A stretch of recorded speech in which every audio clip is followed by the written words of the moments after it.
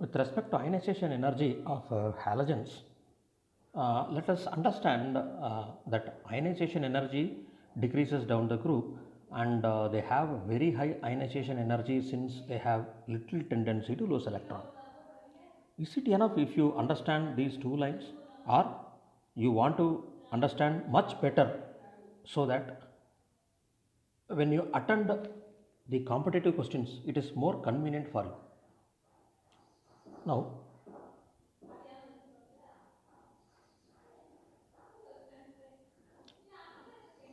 ionization energy, ionization enthalpy of halogens are generally very high. What is the reason for this? When I say ionization energy, if an element X, halogen, which is representing halogen, should be able to lose an electron and form a cation in the neutral isolated gaseous atom. Whether this is possible? This is not at all possible for fluorine, chlorine. Okay, up to some extent,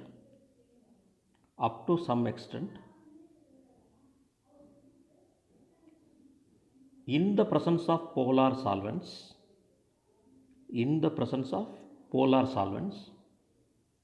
bromine is possible to form cations. That too, it's a short-lived intermediate. Okay, so I can say that fluorine, chlorine and bromine at normal conditions cannot form cations easily, because halogens are electronegative elements. Electronegative elements cannot lose electron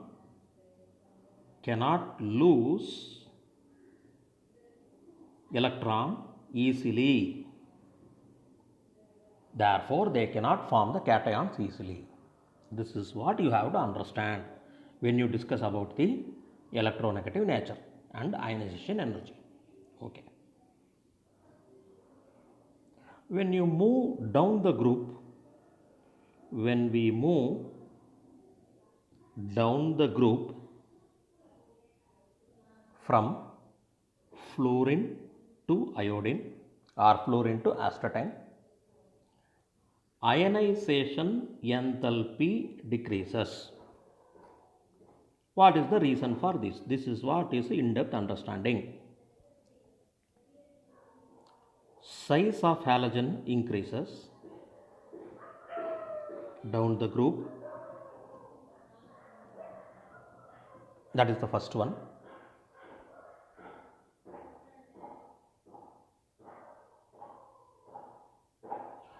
Since size of the halogen increases down the group, you can say that iodine has a maximum size amongst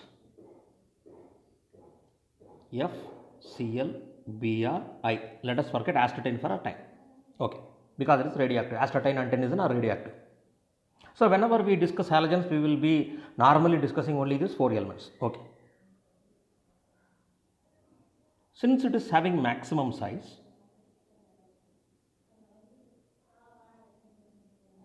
effective nuclear charge is least amongst fluorine, chlorine, bromine, iodine.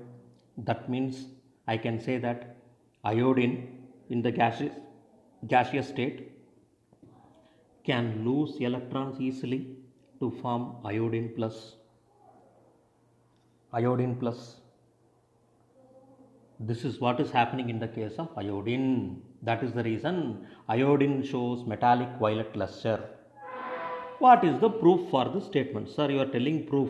You are telling information. You are giving information, sir. What is the proof? I will give you a hardcore proof so that you can understand things better.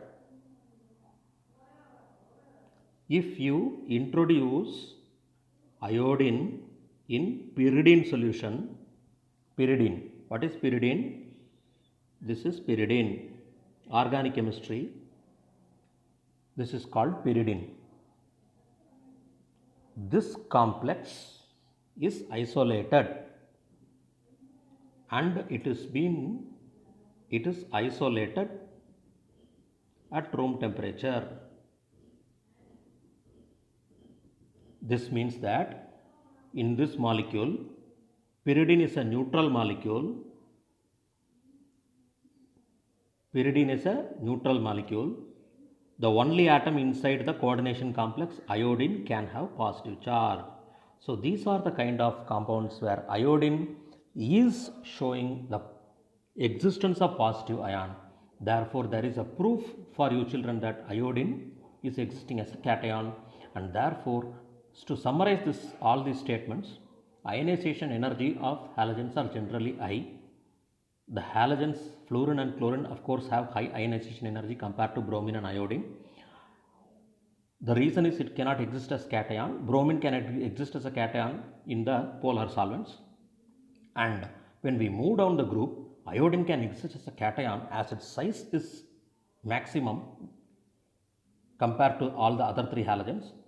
And down the group, iodine has maximum size amongst all the other halogens, and it is having least effective nuclear charge. Therefore, it can exist as a cation. It is very, very important. Also, one more important factor is iodine size is maximum. Due to this, polarization is also maximum. Polarization of electron cloud, valence electron cloud is maximum. Therefore, electron can go out easily. That is the reason I plus can exist.